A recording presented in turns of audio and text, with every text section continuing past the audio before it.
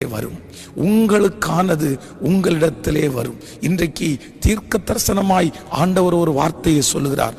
உங்களுக்குரியது ஒருவேளை ஏதோ ஒரு இடத்திலே தேங்கி போய் கிடக்கலாம், ஏதோ ஒரு இடத்திலே தடுக்கப்பட்டு கிடக்கலாம். ஆனால் கர்த்தர் வாக்கு கொடுக்கிறார், உங்களுக்குரிய அந்த ஆசீர்வாதம், உங்களுக்குரிய அந்த நன்மை எந்த இடத்தில் இருந்தாலும் அது உங்களிடத்திலே வந்து சேரும் என்று கர்த்தர் வாக்கு கொடுக்கிறார். அநேக நாட்களாக நீங்கள் எதிர்பார்த்து காத்திருந்து வருத்தத்தோடு இருக்கலாம்.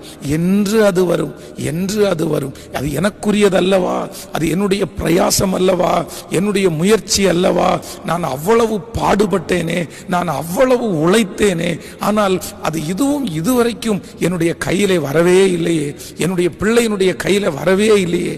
ஆனால் கர்த்தர் வாக்கு கொடுக்கிறார், அந்த மொர்தெகாய்க்கு அநேக நாட்கள் தாண்டி ராஜாவினுடைய தூக்கத்தை கர்த்தர் எடுத்து